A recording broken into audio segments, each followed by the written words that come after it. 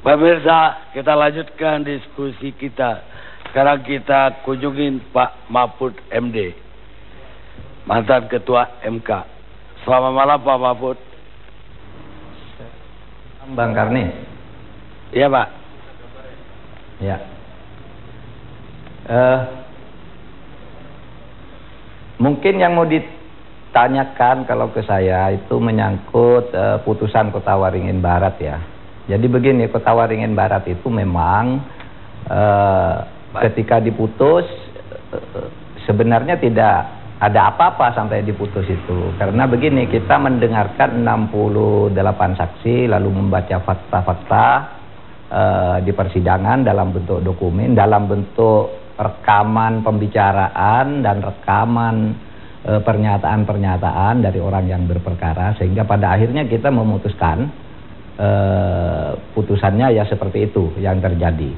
Nah baru sesudah itu terjadi reaksi. Reaksi itu ya sama seperti terjadi misalnya di Papua itu kan, bahkan sampai rumah gubernur dibakar, kantor bupati, kantor KPU dibakar, itu sama. Sesudah putusan tuh timbul reaksi. Dan sesudah itu reaksi itu berlanjut ketika kemudian ada laporan kesaksian palsu.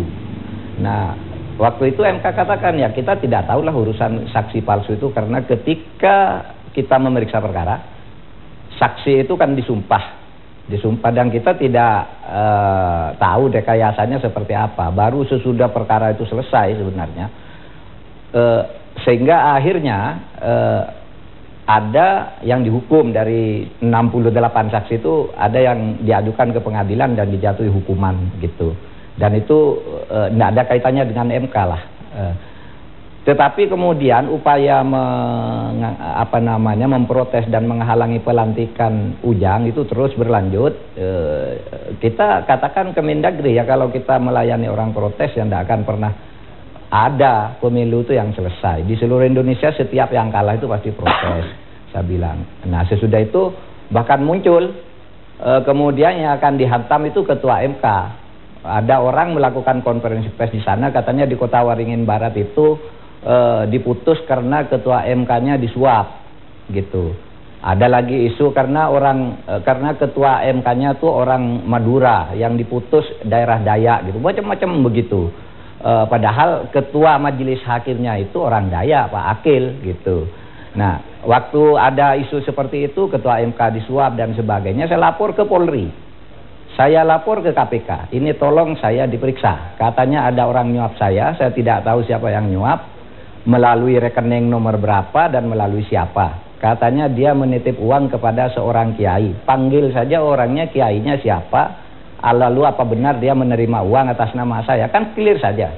Nah itu saya laporkan pada tanggal 27 Oktober. Jadi 1,5 tahun sesudah kasus itu berlanjut karena bupati akan dilantik.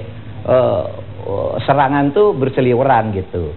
Nah tetapi pada akhirnya terus dilantik, dan saya sudah melakukan komunikasi dengan baik dengan Pak Sugianto. Ketika Akil Muhtar itu ditangkap, ada sedikit dia agak mencaci maki MK gitu, dan nyasar ke saya SMS-nya. Saya bilang, Pak, apa saya merugikan, menyinggung perasaan Bapak, kok Bapak marah-marah begini di SMS. Lalu dia katakan, tidak Pak, kalau Pak Mahfud tidaklah gitu. Tapi hakim lainnya itu yang adili, kami tidak terima, tidak adil. Kalau seperti Pak Mahfud kami yakin punya niat baik lah. Dia bilang begitu di SMS-nya itu. Jadi saya sudah clear dengan Pak Sugiarto itu. Nah saya tidak tahu kalau kemudian kasus Bambang ini berlanjut, dibuka lagi sekarang. Itu satu. Yang kedua, saya ingin katakan, kalau bicara hukum, ini tadi saya tidak mendengar sama sekali dari semua pembicara ini bahwa kita itu punya hukum tentang etika. Memang etika itu bukan hukum. Etika itu menjadi dasar dibuatnya hukum. Tapi di Indonesia etika itu sekarang dijadikan hukum. Yaitu ketetapan MPR nomor 6 tahun 2001. Nah isinya antara lain ya, dalam etika berbangsa dan negara, pejabat itu tidak boleh melakukan plagiasi, tidak boleh sewenang-wenang, dan pejabat itu harus mengundurkan diri. Ini bunyi TAP MPR nih yang masih berlaku sampai sekarang. Harus mengundurkan diri kalau mendapat sorotan publik karena perilaku atau kebijaksanaannya yang kemudian mengganggu gitu ya, di dalam opini publik harus mengundurkan diri tanpa menunggu proses pengadilan. Itu clear, bunyi TAP MPR.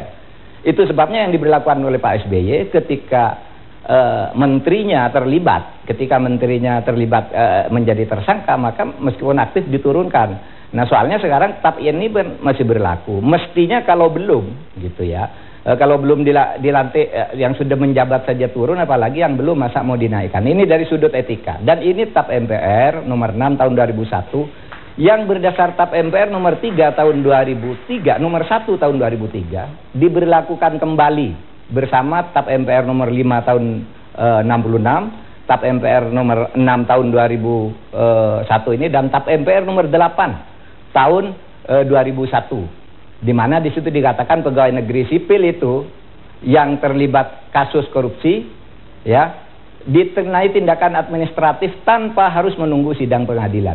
Ini clear, masih berlaku sebagai hukum, nanti bisa dibuka.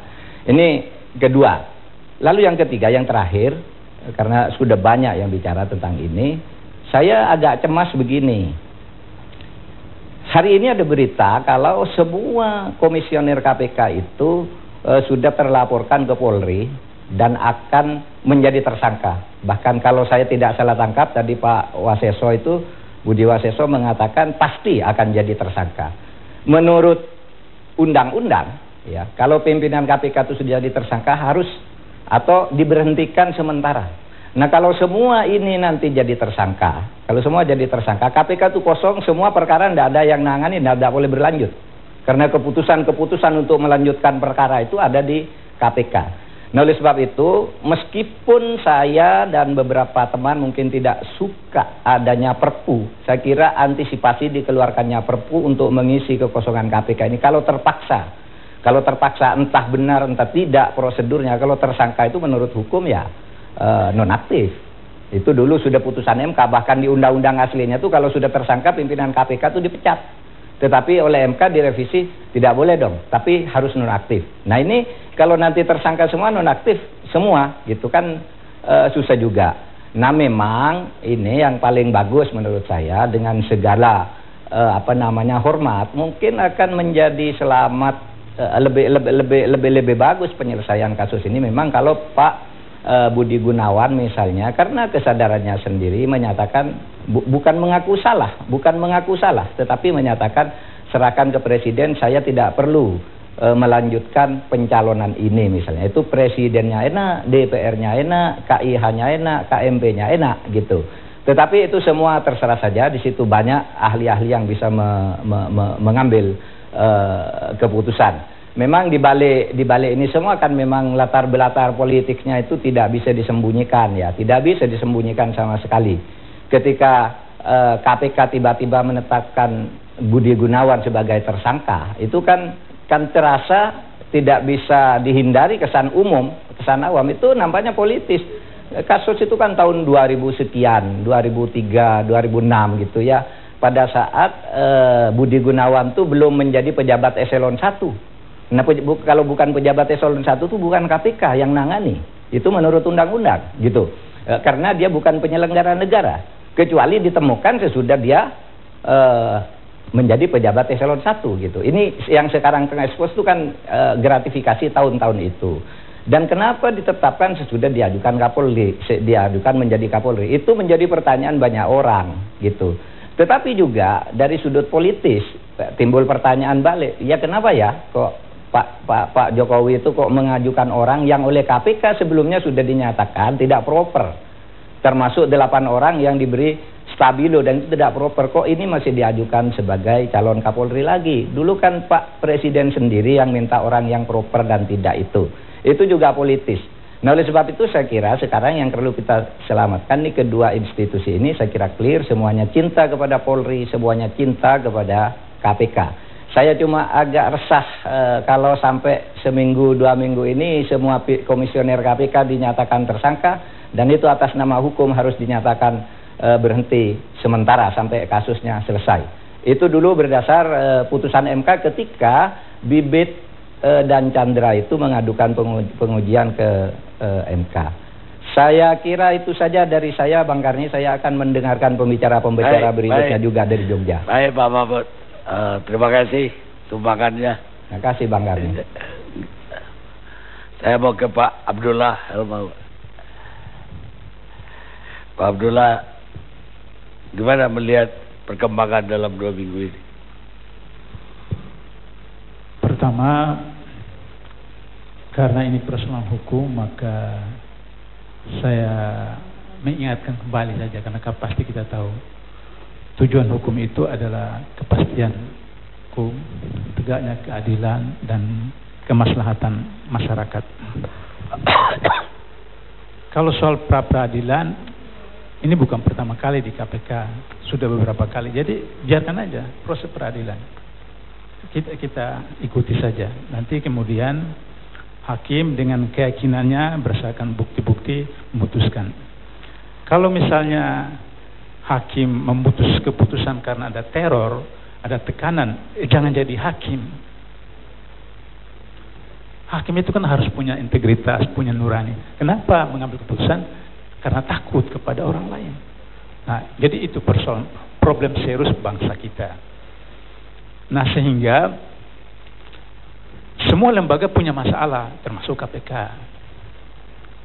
Jadi kalau misalnya teman-teman di pihak lain mengatakan KPK itu begini, khusus di bidang penindakan, maka penyidik KPK itu ada polisi.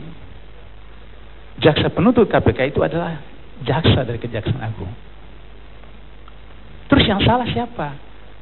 Ibu mengandung atau ibu angkat yang memelihara? Kan mereka yang punya orang dikirim, diseleksi dan seterusnya. Jadi oleh karena itu maka peribahasa Melayu mengatakan tepuk air dulang, tepercik muka sendiri. Sehingga menurut saya mari kita perbaiki. Tidak usah buka borok-borok, tapi maju ke depan. Bang Karni, 2 adik ipar kandung saya polisi. 2 adik ipar kandung polisi. Jadi saya tahulah. Tapi untuk apa kita buka-bukaan seperti itu? Mari kita lihat ke depan. Karena itu maka menurut saya agar supaya tidak terjadi persaingan abadi antara KPK, polisi dan jaksa, maka saya menyarankan ketika undang-undang di amandemen, teman dari Komisi 3, korupsi hanya ditangani oleh KPK. Kepolisian dan kejaksaan menangani pidana umum atau pidana khusus seperti teroris, narkoba dan lain. Sehingga tidak terjadi pergesekan antara kedua lembaga ini. Itu yang pertama. Yang kedua, ini berdasarkan hasil penelitian saya, Pak Karni. Yang kedua, komisioner KPK itu berumur minimal 55 tahun. Usia pensiun. Sehingga dengan begitu, dia sudah punya rumah, dia sudah punya mobil, anak-anaknya sudah sampai mahasiswa, bahkan mungkin sudah kerja. Jadi dia di KPK hanya mau mengabdi, pikir mati saja, tidak lagi tergoda dan lain. Itu saran saya yang kedua. Yang ketiga, pimpinan KPK dan pimpinan lembaga negara lain itu tidak dipilih oleh DPR. DPR hanya menetapkan menerima atau menolak. Penentuannya di pansel. Karena itu maka pansel itu, istilah teman dari Komisi 3 itu adalah malaikat-malaikat kecil. Unsur akademisi, LSM, pemerintah, masyarakat. Yang di sini kalau mau fit and proper test betul-betul di pansel ini. Atau kalau mau lebih maju lagi, seperti ide dari teman-teman penggiat anti korupsi, dari pansel langsung ke presiden, tidak usah ke DPR. Cuma saya menghormati hak konstitusi DPR karena hak budgeting. Mereka tentukan anggaran, sehingga kemudian mereka itu. Tapi kalau misalnya penggiat anti korupsi malah apa urusannya budgeting, legislasi dan kontrol terhadap penentuan pimpinan-pimpinan lembaga negara? Kurang matching. Tapi bagi saya mungkin terlalu drastis, biar bertahap lah, biar bertahap. Yang keempat, PP 63 2005 tentang manajemen SDM KPK itu di sana ditetapkan pegawai KPK itu terdiri dari, pertama, pegawai tetap. Seperti saya waktu masih sana, itu status saya pegawai tetap. Yang kedua, pegawai negeri yang dipekerjakan. Dan yang ketiga, pegawai tidak tetap. Di dalam PP 63 2005 itu disebutkan bahwa masa tugas pegawai negeri yang dipekerjakan ini 4 tahun. Kalau berkinerja baik, dilanjutkan pada 2 periode. Sesudah itu kemudian dia memilih kembali ke induknya atau menjadi pegawai tetap KPK. Kalau dia menjadi pegawai tetap KPK, maka gugurlah status dia sebagai PNS atau itu.